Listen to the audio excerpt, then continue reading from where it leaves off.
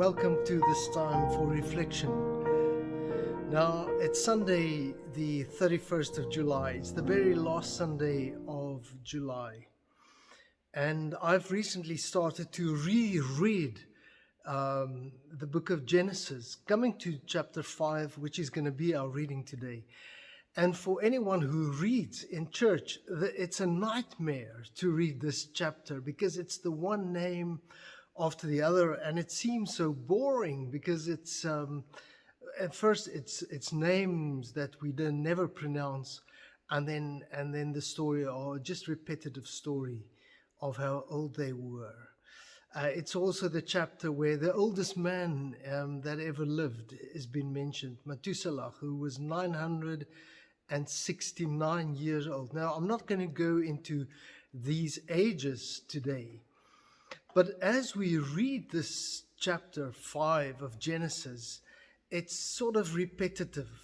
And I suppose for most of us, it would be a passage that we would never read or never ever attend to.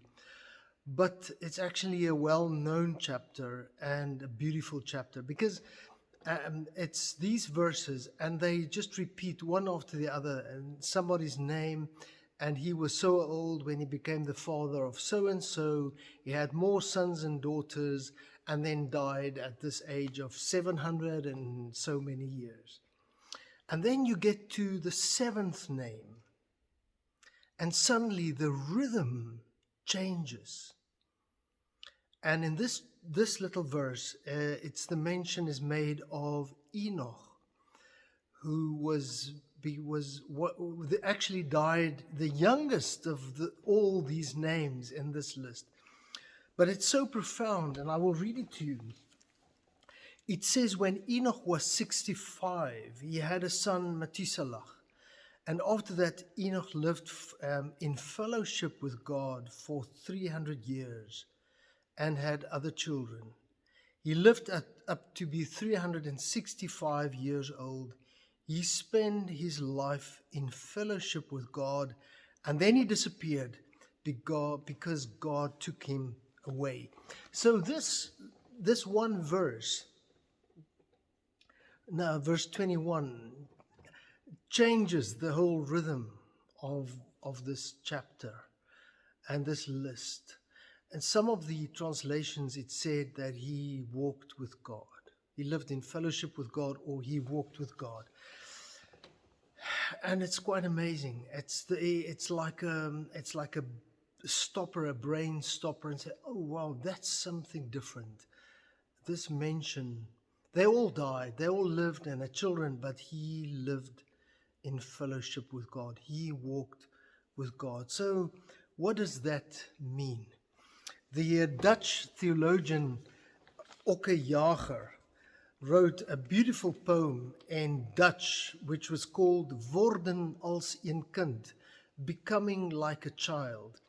Now, I won't be able to read it in Dutch for obvious reasons, but I made a Google English translation, and I would like to read you. It's a story, and listen to this story. It said, God and Enoch were comrades. They were friends. So God often visited Enoch, and after they prayed together for the wicked, God read an excerpt from his own book.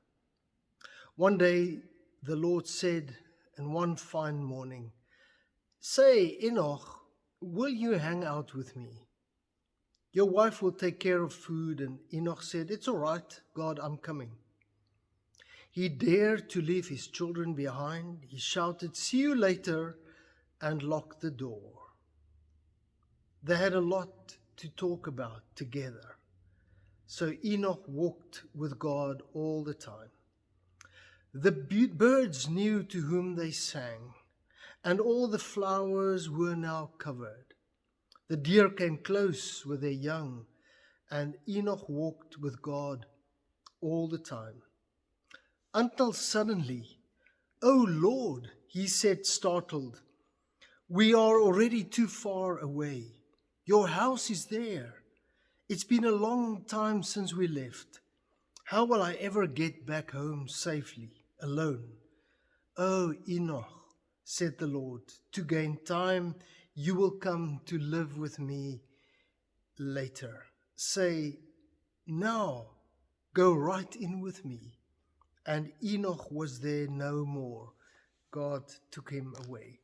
So it's this beautiful story, a poem, a bit of theology about someone walking with God, and until they got so close to God's home, and God said, well, just come with me. Walking with God. Dear friends, what does that mean for us? I believe walking with God means to make your days count. And this week in our little community of believers, there was a bit of a shock when someone who was apparently in very good health died suddenly. And it made me think about the days of our lives. Let's say on the Tuesday before he died, if his family knew that he was going to die on the Saturday, what would have happened in that story, in their lives? But obviously we don't know these things. We don't know how many days we've got left. It's interesting, there is a website that which will tell you how many days you have lived, which I did, and I can tell you that on this day I've been alive for 22,431 days. How many days do I have left? I don't know. But surely they are less than those that passed. I might have 2 days left. I might have another 20 days left, or perhaps another 2,000. I just don't know. We don't know these things. But the question comes to us, what do we make with our days? And do we spend our days amongst everything that happens as days walking with God? In Psalm 139, which is such a beautiful psalm, verse 16, he says, the days allotted to me have all been recorded in your book before any of them ever began. The Bible refers to this thing that our days are actually counted. The question is, how do we make our days count? Because every single day is special.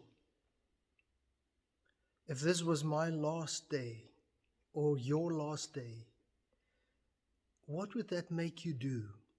So, dear friends, I would like to end our reflection with a quick story about myself and then with 2 questions.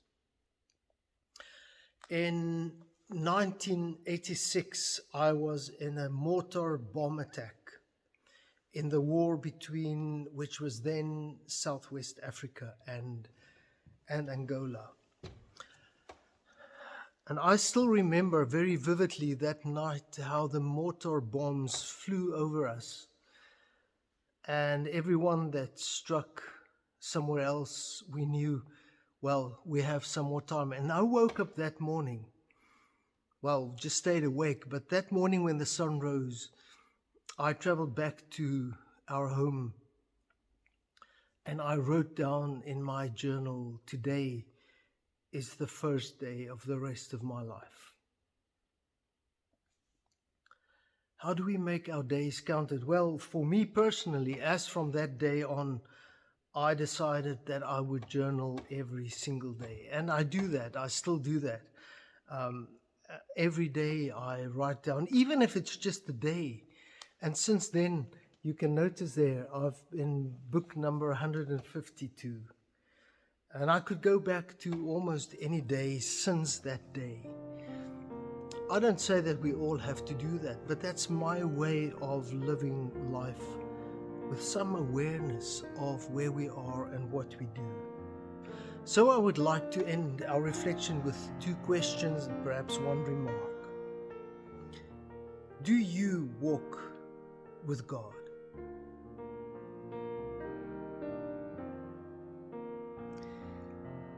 And secondly, how do you make your days count? Because they're limited, as my days are. And then lastly, if any one of you ever want to talk to me and find out something about journaling, a very practical way of making our days count, you are obviously more than welcome to speak to me.